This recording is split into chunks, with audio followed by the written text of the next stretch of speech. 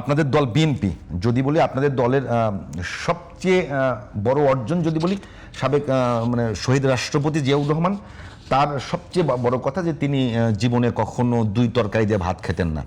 তার সহধর্মিনী বেগম খালেদা জিয়া, যিনি সদ্য পরলোকগমন করেছেন, তার বিষয়ে এরকম কথা আছে, তিনি অত্যন্ত মিতব্যয়ী মানুষ ছিলেন।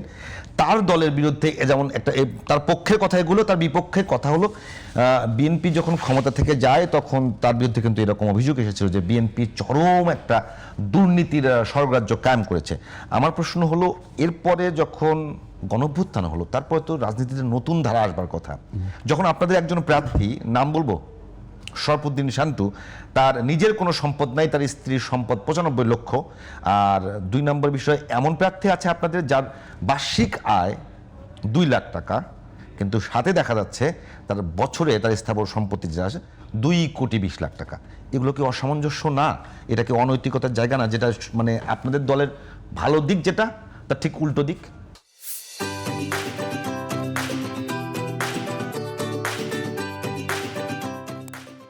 আপনি যে কথাটি বলেছেন যে আসলে অসামঞ্জস্য, আমরা এই জুলাই অভ্যুত্থান বলেন বা দীর্ঘ এই 17 বছর যে ফ্যাসিস্টের বিরুদ্ধে যে আন্দোলন, সেখানে কিন্তু আমরা সকল ক্ষেত্রেই গণতন্ত্রের কথা বলেছি, দুর্নীতির বিরুদ্ধে কথা বলেছি। তার মধ্যেও যদি যে সকল কোনো অসামঞ্জস্য থেকে থাকে, আমরা কালোকে কালো বলতে হবে, সাদাকে সাদা বলতে হবে। তার মধ্যে যে এই সকল প্রার্থীদের ব্যাপারে যদি এরকম কিছু থাকে, তাহলে ভবিষ্যতে আমরা আমাদের না, আইন তো আইনের গতিতে চলবে জনাব সাদত হোসেন বিপ্লব, আইন তো আইনের গতিতে চলবে। আমার কথা, দল হিসেবে বিএনপির একজন প্রার্থী যখন তার বিরুদ্ধে তার মানে সম্পদের বিষয়ে সম্পদ গোপন করছেন, তার মনে করেন তার ঋণ ছিল, ঋণের বিষয়ে গোপন করছেন, এগুলো দল হিসেবে আপনাদের মধ্যে কোনো শুদ্ধিকরণের কোনো কিছু কি দেখা যাচ্ছে? শুদ্ধিকরণের সুযোগ তো এখনো আসেনি। আপনি যে কথা বলছেন আমি এই কথার সাথে দ্বিমত করছি না। কারণ আজকে যদি ব্যাংকের যারা এই ঋণ খেলাপি আছেন, দেখা গেল যে এই বিগত সরকারের সময় 2% টাকা দিয়ে এখানে এই ক্লাসিফাইড লোনটাকে রেগুলার করছেন, অনেকেই করেছেন, বা ভবিষ্যতেও যে এই ধরনের ধারাবাহিকতা যদি অব্যাহত থাকে, তাহলে তো এই আন্দোলনের সফলতা কিভাবে হবে? আমাদেরকে একটা র্যাপিড চেঞ্জে আসতে হবে, ব্যাপক পরিবর্তন থাকতে হবে। দেশে একটা স্থায়ী গণতান্ত্রিক দেশের রূপ লাভ করতে হলে এই সকল ব্যাপার থেকে, এই সকল বিষয়গুলো থেকে আমাদের বেরিয়ে আসতে হবে। আপনি যে এই সকল বিষয়গুলি বলছেন, যদি ভোটের মাধ্যমে আমরা আমাদের সরকার আবারও ভোটে গেলেন, আমার কথা হচ্ছে আমরা ভোটের পার্ট নিয়ে কথা বলবো। আমার কথা হচ্ছে, আমি মির্জা আব্বাস, ঢাকা 8 আসনের প্রার্থী, তার বার্ষিক আয় দেখানো এই অঞ্চলে তার যা মোটামুটি তার সব মিলিয়ে 9,26,00,000 টাকা সামথিং। হ্যাঁ, আপনি কি মনে করেন এটা ঠিক আছে?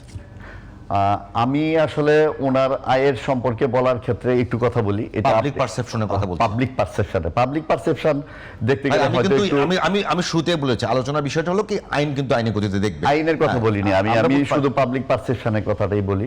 পাবলিক পারসেপশনের কথা যদি এখনকার প্রেক্ষাপটে যদি আপনি চিন্তা করেন, পাবলিক পারসেপশন কি বলে, বাস্তবতা, রিয়েলিটিটাও আপনি একটু চিন্তা করেন, যে একজন ব্যক্তি যদি, আপনিও ধরেন যে যদি দীর্ঘদিন যদি আপনি ব্যবসা করেন, আপনি ধরেন যে ব্যবসা করার ক্ষেত্রে সরকারে থাকেন, অবৈধভাবে না, বৈধভাবে যদি ধরেন একাধিকবার আপনি যদি জনপ্রতিনিধি থাকেন বা আপনি মন্ত্রী থাকেন, মেয়র থাকেন, বৈধভাবে আপনার ব্যবসা করার মতো অন্য সাধারণ মানুষের কাছে 53 কোটি টাকা দিয়ে কোনো ব্যাংকের কি ডিরেক্টর হওয়া যায়?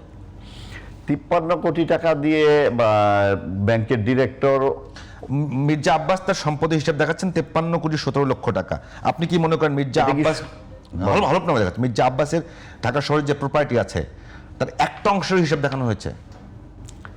একটা অংশের হলফনামা তো আমি যাহা বলিব সত্য বলিব, সেটাই তো মূল কথা। আমার প্রশ্নটা ওই জায়গায় যে 5 আগস্টের পরে যে রাজনীতি শুরু হলো, সেই রাজনীতিতে বিএনপি আছে কিনা, এনসিপি আছে কিনা?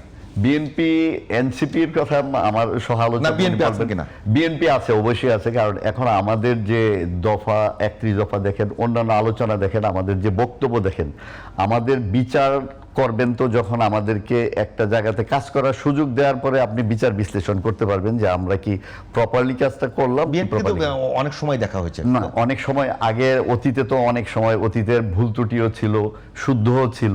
সেক্ষেত্রে আমরা তো মনে করেন যে এখন যে সামনের সুযোগ যদি আমাদেরকে আপনি দেন তাহলে আপনি বিচার করতে পারবেন যে আমরা আসলে সঠিকভাবে কাজটা আমি আপনাকে করতেছি। যদি প্রশ্ন করি দেশের মানুষ কেন সুযোগ দেবে বিএনপিকে? দেশের মানুষ এই কারণেই সুযোগ দিবে যে এই একাধিকবার বিএনপি যে 2বার বা 3বার বিএনপি সরকার গঠন করতে পেরেছিল, সেই সময়ে বারবারই বিএনপি গণতন্ত্রের পক্ষে ছিল, মানুষের অধিকার নিয়ে কথা বলেছে। এদেশের আপনি যদি শহীদ রাষ্ট্রপতি জিয়াউর রহমান, বিএনপি যে 2বার ক্ষমতা ছিল সেই 2বারই, 2বার না 3বার 4বার ক্ষমতা ছিল। আমি বিএনপি মানে আমি যদি বলি বিএনপি 91 পর থেকে 2বার যে ফুল টার্ম ফুলফিল করেছে, একদিন 96 নির্বাচনটা খুব অল্প সময়ের, ওটা হিসেবে ওটা আপনার সাংবিধানিক হিসেবে আছে। আমি যদি বলি 95-এও ক্ষমতা হস্তান্তর নিয়ে বিএনপি ঝামেলা হয়েছে। 2001 থেকে 2006-এ বিএনপি ক্ষমতা হস্তান্তর নিয়ে যখন ঝামেলা ক্রিয়েট হলো, তারপরে 111 আসলো। এ দায় কি বিএনপি নেবে? আপনি কি মনে করেন বিএনপির যত অর্জন 2বার ভালো চালিয়েছে, শেষ মুহূর্তে গিয়ে সেই অর্জনগুলো ধ্বংস হয়ে গেছে না? এটা আসলে একটা পারসেপশনের ব্যাপার। কি কারণে বিএনপির দৃষ্টিকোণ থেকে আপনি যদি দেখেন যে তৎকালীন সময়ে আপনি দেখেন যে 2001 থেকে 2006 বা এর আগের সরকারগুলোতে যে কেয়ারটেকার গভর্নমেন্ট বা 111 পরবর্তী আগের যে ঘটনাগুলি, এগুলোতে যদি বিএনপিকে আপনি এককভাবে দায়ী করেন সেজন্য না। সেই ক্ষেত্রে আপনি দেখেন যে সেক্ষেত্রে আওয়ামী লীগ কিন্তু বিএনপিকে সরকার পরিচালনার জন্য যেটুকু সুযোগ দেওয়া দরকার মিনিমাম সুযোগটুকু দেয় নাই। প্রতিটা ক্ষেত্রে প্রতিটা জায়গাতে কিন্তু বাধাগ্রস্ত করেছে। স্বাভাবিকভাবে কথা বলতে গেলে সংসদে বলেন, সংসদের বাইরে বলেন, বিভিন্নভাবে বাধাগ্রস্ত করেছে।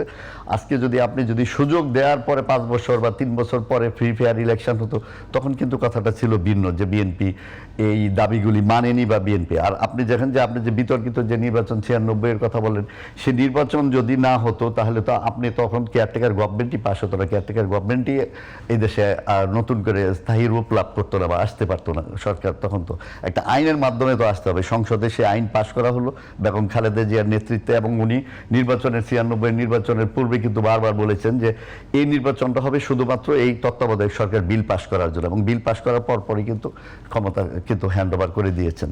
সেক্ষেত্রে কিন্তু বিএনপি কিন্তু কথা রেখেছেন। ধন্যবাদ।